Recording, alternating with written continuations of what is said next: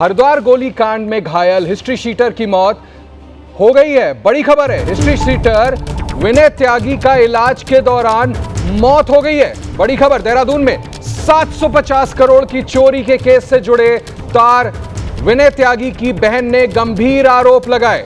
बड़ी खबर, history sheeter विनय त्यागी का इलाज के दौरान मौत। ये आपको इस वक्त की बड़ी खबर हम बता रहे हैं। हमारे साथ हमारे सहयोगी दानिश हैं। दानिश, इस बारे में थोड़ा और जानकारी दे। इलाज चल रहा था और इलाज के बाद अभी ये मौत की खबर आ रही है।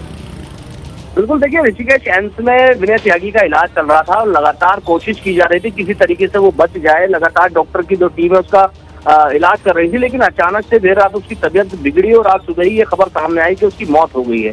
इसको लेकर के परिवार ने पहले ही अंदेशा जताया था। उनकी बेटी से जिस तरह से उसने बातचीत की थी मीडिया से, उसने कहा था कि उसके पिता को जान का खतरा है और लगातार उनकी जान को खतरा बना हुआ है। लेकिन आज सुबह जिस तरह से जानकारी सामने आई है, एक बार फिर से सवालिया निशान खड़ा हो गया है पुलिस पे भी और प्रशासन पे भी कि कैसे एक जो पुलिस की अभिरक्षा में बंदी जाता है उसके ऊपर गोलियां चल जाती हैं, बाद में इलाज में उसकी ढिलाई होती है और अचानक से उसकी मौत हो जाती है। क्योंकि 1 करोड़ से जुड़ा हुआ मामला बताया जाता है कि कुछ एक किसी डॉक्टर के यहाँ कुछ पैसे रखे थे, जिसके बाद ये चोरी हुई। और सब एक बड़ा गंभीर मामला है और जिस तरह से उसकी मौत हुई है उसके बाद लगातार परिवार सवाल खड़े कर रहा है। अभी फिलहाल डेड बॉडी एम्स में है, जब बाहर आएगी परिवार जरूर इससे सवाल खड़े करेगा। अरे ये तो बहुत ही शॉकिंग इंसिडेंट था और अब इस तरह की खबर का आना बिल्कुल लाजमी सवाल उठा रहे हैं। मुझे आप बताएं कि ये जो मतलब इस तरह की शॉकिंग तस्वीरें वहां से तो सबसे पहले जो आई थी वही अपने आप में बड़े सवाल खड़ा करती है प्रशासन पे, और अब इस तरह की खबर। बिल्कुल, देखिए जिस तरह से ये देहरादून पुलिस बहुत ही प्रोफेशनल पुलिस मानी जाती है, उत्तराखंड की पुलिस, और जिस तरह से हरिद्वार में कांड हुआ और उसके बाद से लगातार सवालिया निशान ये खड़े हो रहे हैं कि कैसे पुलिस अभिरक्षा में गोली चल जाती है। और देखते हैं कि वहाँ 2 जवान हैं पुलिस के, उनके हाथ में राइफल्स भी हैं, सलार है, लेकिन वो गोली नहीं चलाते उन अपराधियों पर। वो आसानी से गोली मार करके विनय त्यागी को चले जाते हैं। ये जरूर एक सवाल खड़े करता है पुलिस पर। हाँ, निश्चित तौर पर प्रशासन पर सवाल खड़े करता है, पुलिस पर सवाल खड़े करता है। और आप बिल्कुल ठीक कह रहे हैं, उत्तराखंड पुलिस को प्रोफेशनल पुलिस माना जाता था, लेकिन जिस तरह से ये वाकया सामने आया, पहले तो देखिए तस्वीरों में हम फिर से दिखा रहे हैं, दर्शक देख लें किस तरह से ये इंसिडेंट सामने आया था। ऐसे खुलेआम जाकर के गोली मार रहे थे और गोली मार करके उसके बाद ऐसे निकल रहे हैं जैसे कि मानो अपना जंगल राज चल रहा हो। और उसके बाद अब ये खबर कि विनय त्यागी की मौत भी हो जाती है, इसकी जवाबदेही तय होगी। क्या इस पर कोई प्रशासनिक कार्रवाई हो रही है? कुछ लोगों के खिलाफ सख्त कार्रवाई हो रही है कि नहीं हो रही है दानिश? देखिए, मैं आपको बता दूं, पुलिस ने अपने 2 जवानों को सस्पेंड किया है। इसमें एक सब इंस्पेक्टर है, कांस्टेबल, जिसे सस्पेंड किया गया है फिलहाल। और इसमें भी जांच, मजिस्ट्रेट जांच बिठाई गई है। जांच के बाद ही कुछ सामने आ पाएगा कि आखिर इसमें किस पे कार्रवाई होगी। क्योंकि सवाल तो ये खड़ा होता है कि ये जानकारी कैसे अपराधियों को मिली, कैसे कोर्ट लेके जाया जा रहा है। और सवाल ये भी खड़ा होता है कि जब इसमें गोली चला दी गई तो जो जवान वहां मौजूद थे उन्होंने फायर क्यों नहीं किया? उन्होंने, वो पुलिस जो लगातार अपराधियों के पैर में गोली मार रही है, सबसे बड़ा सवाल है। आप मूक दर्शक बन करके वहां बैठे हुए हैं, अपराधी आते हैं, गोली चलाते हैं, पुलिस वाले खाकी वर्दी में बंदूक क्या सजाने के लिए रखी थी?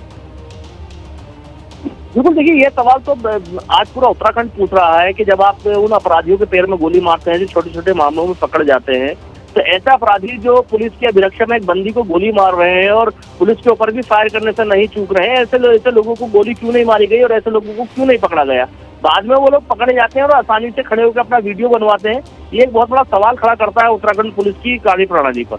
और इस तरह के इंसिडेंट आगे चल के और हो तो कहां मुंह दिखाएगी उत्तराखंड की पुलिस? कप्तान से बात हुई होगी आपकी? डिस्ट्रिक्ट एडमिनिस्ट्रेशन में जो बड़े अधिकारी हैं वहाँ, एसएसपी है, डिस्ट्रिक्ट मजिस्ट्रेट है, क्या कहना है उनका?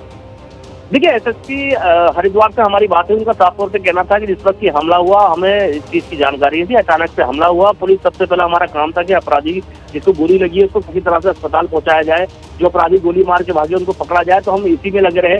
फिलहाल उन्होंने कहा कि हमने 2 लोगों को सस्पेंड किया और आगे जांच चल रही है कि इसमें कौन लोग दोषी हैं, उनके खिलाफ सख्त कार्रवाई की जाएगी। साथ ही उन्होंने कहा कि जिस तरह के आरोप पुलिस पर लग रहे हैं वो निराधार है। हम पूरी कोशिश कर रहे हैं कि जो अपराधी जिन्होंने गोली मारी है, जो लोग इसके पीछे हैं, उनको जल्द से जल्द पकड़ा जाए। फिलहाल तो अभी यही जानकारी है कि इसमें फिलहाल दानिश रहिएगा मेरे साथ रहिएगा इस खबर से जुड़ी। मैं पहले विनय त्यागी की बहन का जरा बयान सुनवा देता हूं, उनका बयान आया।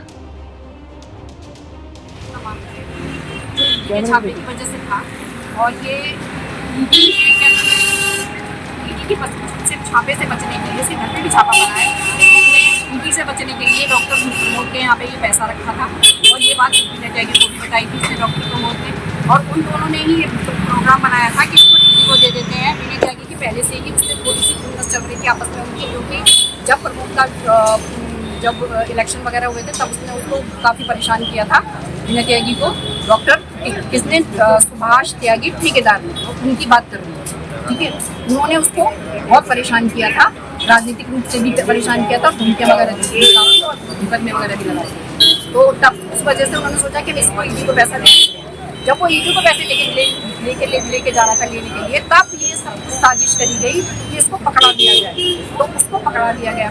जो उसको पकड़ लेंगे तो जब वो पकड़ने के लिए भागे होंगे तो उसको वो लेके भाग गया पैसा वो लेके भाग गया, है ना, कि भाई मुझे पकड़ रहे हैं, तो वो बचने की कोशिश कर रहा था। तो उसको पकड़ा, उसकी बीवी को भी बैठाया कि तेरी बीवी को भी हम मार देंगे, किसी को पता नहीं चलेगा। पुलिस कहीं भी कोई इसका वो नहीं है, मेंशन नहीं कर रखा उन्होंने, कानूनी रूप से किसी को क्यों उठा रखा था। उन्होंने 2 दिन तक रखा है उसको, सब कुछ रिकवरी हो गई है, सब कुछ।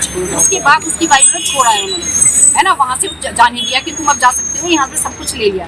तब उन्होंने वो माल देखा था, उसमें सारे पेपर थे, कागजात थे, बहुत सारी जमीन जायदाद के जो भी होंगे, बेनामी संपत्ति या जो भी कुछ था, पैसों का लेन देन, सब कुछ उसके पूरे पेपर थे, पूरा बैग था। तो इसी तरीके से पैसे का भी बैग था, ज्वेलरी का भी बैग था, बहुत सारा था। 700 करोड़ रुपए की कहीं ऐसे वैसे नहीं होते, ठीक है। तो अब आपको पता है कि इतना बड़ा आदमी साजिश में कितनी बढ़िया कर सकता है।